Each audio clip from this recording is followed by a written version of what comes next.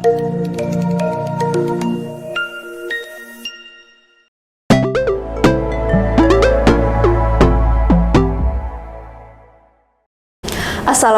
warahmatullahi wabarakatuh.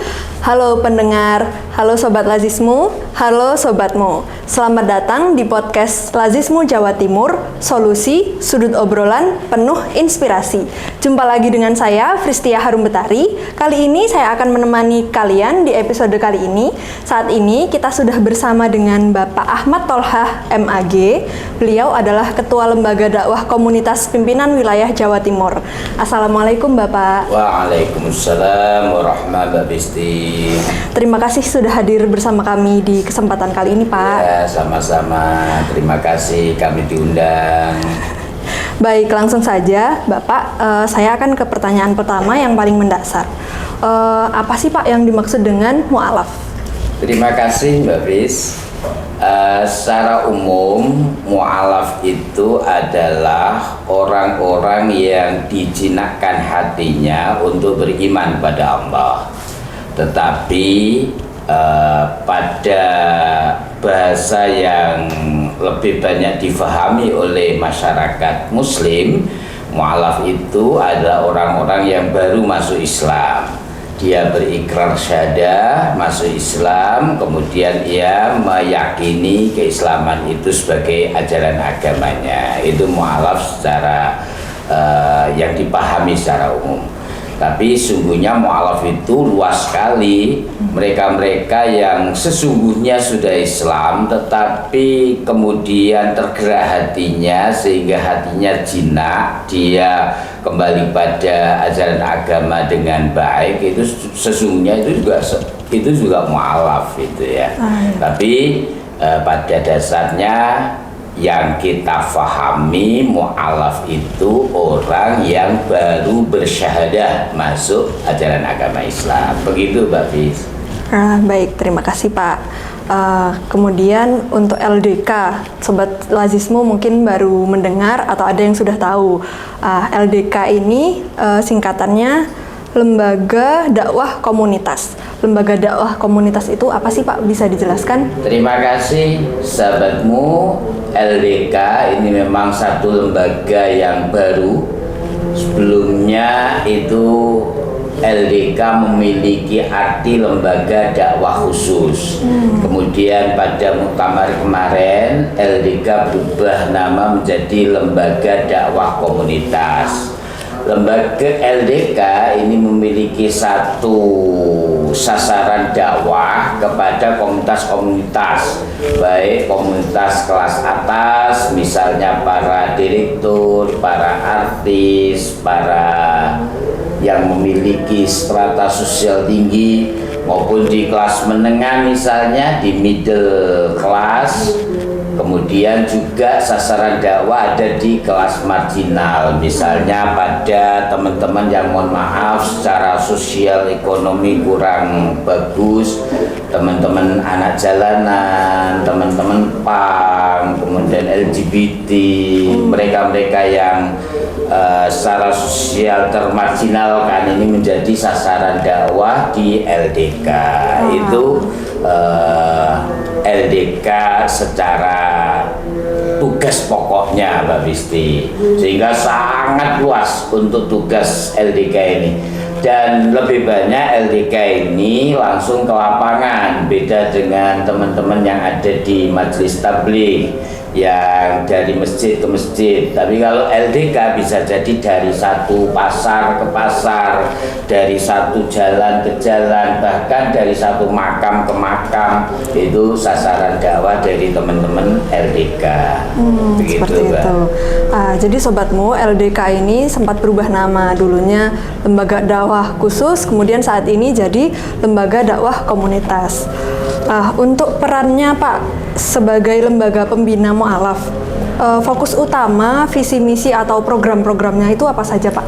Terima kasih. Terkait dengan pembina mu'alaf, maka visinya bagaimana kita memberikan penguatan dan pencerahan kepada teman-teman yang baru berikrar masuk syahadah, masuk Islam.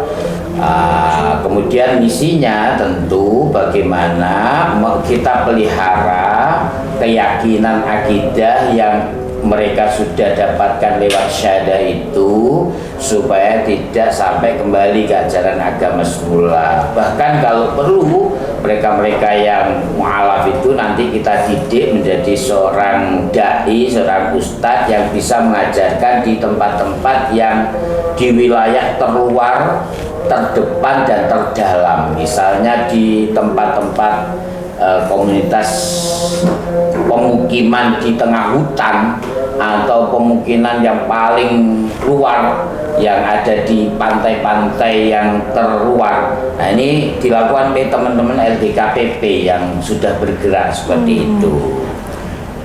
Kira-kira gitu, Mbak Bis. Berarti mu'alafnya tadi bisa mendakwah juga ya Pak ya? Kalau nanti sudah kita anggap ya mampu, maka tentu mereka juga kita ajak untuk bisa berdakwah. Karena sepanjang dia memiliki niatan untuk mendakwahkan ajaran agama ini, tentu itu difasilitasi oleh hadis Rasul, balighu ani walau ayah, sampaikan dakwah itu walaupun hanya satu ayat. Dan peran LDK itu tidak jauh-jauh sampai pada titik bagaimana kita berkhilafiyah, tetapi cukup dengan bagaimana mengajak kita sholat, mengajak kita untuk berpakaian yang benar, mengajak kita untuk membersihkan atau toharoh dengan baik. Itu sudah cukup untuk target seorang dai komunitas itu. Mau ngaji itu sudah cukup, ya, nggak sampai pada bagaimana menurut mazhab ini terkait ini. Itu bagiannya teman-teman majelis takjih dan majelis tabligh. Ya Pak. Itu, Pak. Oke. Kemudian Pak, dalam menjalankan dakwah komunitas ini kan tidak lepas dari tantangan Pak. Untuk tantangan atau problem di LDK sendiri itu apa aja Pak? Ya, memang di semua sasaran dakwah itu tentu ada tantangannya, termasuk di komunitas mu'alaf. Nah, ini macam-macam. Kadang tantangannya ada terkait sama ekonominya. Oleh karena itulah maka kita bersinergi dengan Lazismu.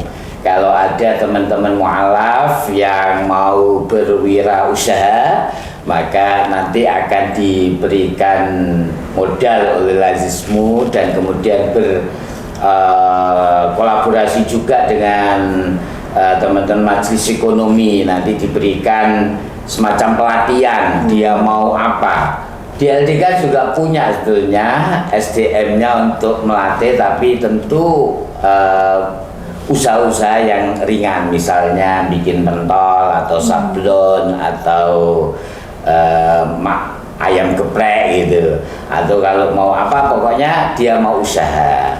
Tantangan berikutnya di teman-teman mu'alaf itu, ya mohon maaf ya, kadang-kadang ada yang tidak sungguh-sungguh, dalam artian dia bilang baru mu'alaf di sini, kemudian nanti bilang lagi di sana, bilang lagi di sana, dalam rangka mencari cuan. Nah, itu juga tantangan. Oleh karena itu LDK memprotek mereka-mereka yang sudah dibina oleh LDK, berupaya untuk dientaskan dengan sebaik-baiknya, baik secara ekonomi maupun secara spiritualnya. Demikian Mbak. Makanya kita ada pembinaan berupa ngaji bareng, kemudian pembinaan akidah dan lain sebagainya itu. Berarti di LDK ini Sobatmu tidak hanya pembinaan spiritual, namun juga ada pembinaan secara ekonomi. Baik Pak, untuk tantangan kehidupan mu'alafnya sendiri itu kira-kira seperti apa Pak? Tantangannya macam-macam juga, ada yang sampai dikeluarkan dari keluarganya sehingga dia tidak berhak untuk mendapatkan waris dari keluarganya. Bahkan ada yang KTP-nya itu harus dilepas. Ini tantangan yang luar biasa. Nah, terhadap teman-teman yang kayak gitu biasanya tetap kita tampung dan kita upayakan untuk mencari solusinya. Tadi itu nanti ujung-ujungnya bagaimana ia bisa survive dalam kehidupannya. Makanya kalau dia mau kerja ya kita arahin, kalau dia mau wira swasta ya kita juga arahin bagaimana dia bisa survive di dalam kehidupannya dan tetap mengaji untuk peningkatan keimanan dan ketauhidannya. Baik, kemudian Pak lanjut untuk program selain mu'alafmu, program-program yang dimiliki oleh LDK ini apa aja Pak? Oke, terima kasih sahabatmu. LDK ini punya banyak program. Tentu LDK Pimpinan Wilayah Muhammadiyah Jawa Timur ini sebagai fasilitator antara LDKPP dan LDKPDM. Maka mengawali programnya melalui rapat kerja wilayah.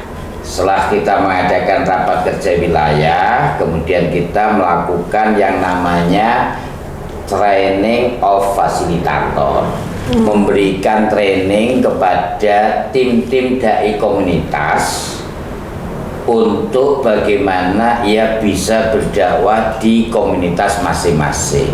Ini kita lakukan dengan seluruh para dai komunitas se-Jawa Timur yang 38 PDM Kakpo itu. Setelah itu mereka masing-masing minimal punya 2 program kerja di masing-masing LDK PDM. 1 pada mu'alaf dan 2 pada pembinaan komunitas. Nah, mereka LDK PDM Kakpo itu memilih sesuai passionnya. Ada yang mengembangkan dakwah di komunitas PAM, ada yang berdakwah di komunitas LGBT, ada yang di anak jalanan, ada yang di preman pasar, ada yang di komunitas lansia, ada yang di komunitas anak-anak, ada yang di komunitas lapas. Seperti kemarin kami berkunjung ke Lapas Pamekasan, teman-teman LDK Pamekasan itu memberikan dakwahnya kepada teman-teman yang ada di lapas, belajar ngaji, penguatan akidah, penguatan keimanan dan lain sebagainya, supaya ketika ia keluar dari lapas minimal sudah bisa ngaji, sholatnya bagus, doanya bagus, syukur-syukur tasjidnya ia keluar dari lapas bisa menjadi guru TPI di tempatnya masing-masing. Dan banyak termasuk dakwah digital. Jadi ada teman-teman LDK PDM itu yang setiap hari juga membuat konten kemudian disampaikan di dalam medsosnya. Jadi banyak sekali Mbak. Kemudian program berikutnya tentu terkait dengan pemberdayaan ekonomi. Nah, ini bagi komunitas-komunitas yang membutuhkan berdaya ekonominya, maka LDK bersinergi dengan lembaga dan majelis yang lain ikut serta membantu bagaimana ia akhirnya bisa berdikari, dia bisa memenuhi kebutuhannya sendiri. Kemudian program berikutnya tentu karena ini adalah kaitan dengan SDM, maka capacity building itu juga menjadi poin penting di dalam pengembangan SDM bagi para dai komunitas di seluruh wilayah Sejatim. Lalu yang terbaru itu adalah dengan mengutus para dai untuk melaksanakan dakwah di tempat-tempat tertentu. Tapi ini kerjasama dengan LDKPP. Dengan pusat. Baik LDKPP, Lazismu Jatim, UM Surabaya, UM Sidoarjo. Ini yang bagian pendanaannya. LDK PWM dan LDKPP menyiapkan dai-nya dan menyiapkan sasaran kerjanya. Misalnya ada di Banyuwangi yang paling ujung atau di Blitar yang paling ujung. Nah, itu nanti kita siapin juru dakwahnya itu. Wah, menyebar ya Pak, berarti. Iya, banyak sekali Babis ya. Jadi apa ini tugas dan fungsi kita ini luar biasa kalau mau kita Sangat luas, kerjakan teman-teman ya. kata ya. Kemudian tentu meningkatkan kemampuan para dai sendiri dengan berbagai macam kegiatan, termasuk yang besok yang akan dilaksanakan di Jakarta berupa silaturahim nasional dai komunitas. Insya Allah besok dilaksanakan pada tanggal 12-13 November. Nah, ini juga dalam rangka bagaimana mengupgrade para dai komunitas untuk bisa bekerja secara maksimal untuk membina di komunitas masing-masing. Wah, berarti tidak hanya membina tapi juga dibina ya Pak, supaya lebih berkembang lagi. Kira-kira begitu, karena konsepnya kan juga seperti guru dan dosen. Iya, Guru Pak. dosen itu ada saatnya ia mengajar dan ada saatnya ia juga belajar.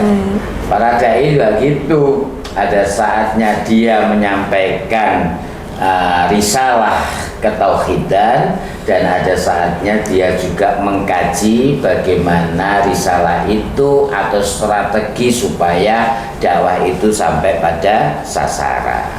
Baik, Bapak. Untuk tantangan para binaan ini seperti apa, Pak? Tantangannya macam-macam. Jadi kalau nggak kuat ini kita bisa terjerumus ikut. Contoh misalnya kita berdakwah di komunitas LGBT. Iya. Nah itu kalau kita nggak kuat iman kita, maka kita bisa jadi ikut di LGBT itu. Bukannya mewarnai, malah kita ikut terjerumus. Itu salah satu tantangannya. Tantangan berikutnya, mohon maaf karena memang di level yang dalam konteks masyarakat yang agak kasar, maka ya tantangan fisik juga banyak. Misalnya ketika kita masuk saja, misalnya ketika kita mau masuk dalam komunitasnya aja itu sudah sulitnya minta ampun. Kita harus pegang yang namanya pemimpinnya. Jadi kalau kita mau dakwah di komunitas PAN misalnya, masuk ke PAN itu sulitnya minta ampun. Nah itu sudah dilakukan oleh teman-teman LDK PDM Malang, Ustadz Ajang, alhamdulillah. Kemudian yang di Tuban itu juga sudah tuntas. Kemudian kita kasih materi ekonomi dengan pemberdayaan ekonomi sablon dan lain sebagainya. Wah, sobat, ternyata tantangannya baru mulai saja sudah lumayan berat ya. Sangat berkesan. Ini untuk program-program yang kira-kira kisah suksesnya Pak, diceritakan bisa Pak? Oh ya, terima kasih. Memang dakwah ini, ya mohon maaf, secara finansial itu memang kita tidak mendapatkan, tetapi kepuasan batin ketika ada yang kita bina, yang kemarin itu sholat saja tidak mau, kemudian sekarang sudah mau sholat, itu Masya Allah senangnya luar biasa. Dan mereka pun juga gitu, dengan kehadiran kita, mereka yang kemarin itu nggak ngerti agama, nggak ngerti aturan, lalu kita hadir, kita ajari, itu mereka juga senangnya luar biasa. Kami kemarin kebetulan baru melaksanakan rihlah dakwah di baik Ponorogo maupun Pacitan, kemudian di Sumeneb dan Pamekasan. Itu mereka-mereka yang sudah dibina oleh LDK seneng banget. Contoh yang ada di Ponorogo. Ponorogo itu ada komunitas becak, komunitas sol penjahit sepatu, kemudian komunitas tukang parkir. Nah, itu ketika diajak ngaji sama LDK seneng banget. Kenapa? Karena ngaji sama LDK itu mesti dapat bingkisan kalau pulang. Kalau pulang dapat bingkisan, di saat ngaji dia dapat ilmu dan ilmunya tidak terlalu ilmu yang tingkat tinggi. Yang penting dia bisa belajar sholat, dia bisa belajar ngaji sudah cukup. Karena kalau sampai di level tinggi itu nanti bagiannya akademisi dan bagiannya majelis tarjih. Gitu Mbak Fis. Iya, Masya Allah, sampai banyak sekali komunitas yang terkait dalam dakwah ini. Baik Pak, untuk generasi muda yang kita tahu saat ini generasi muda ini sangat gencar-gencarnya. Peran-peran mereka untuk dakwah komunitas ini apakah ada Pak? Ya, terima kasih. Alhamdulillah ini juga dilakukan oleh teman-teman LDK Nganjuk kalau nggak salah. Masya Allah. Jadi di LDK Nganjuk itu membina komunitas remaja. Mereka-mereka yang biasanya belajar gadget atau yang game nggak selesai-selesai itu kemudian dibuatkan wahana oleh teman-teman LDK Nganjuk. Setiap hari Selasa sama Kamis gitu mengaji bareng. Saya selaku ketua LDK PWM di rumah saya juga saya buatkan, tapi khusus untuk komunitas lansia ngaji bareng. Jadi mulai ngaji abata itu di tempat saya ada, baik itu untuk bapak-bapaknya maupun ibu-ibunya. Remajanya juga gitu, yang sudah dibina oleh teman-teman LDK Nganjuk. Masya Allah, ternyata tidak hanya generasi muda sobat, tapi ada sobat lansia juga yang hadir. Ya, baik Pak. Untuk kemudian mungkin ada pesan yang ingin Bapak sampaikan kepada sobatmu?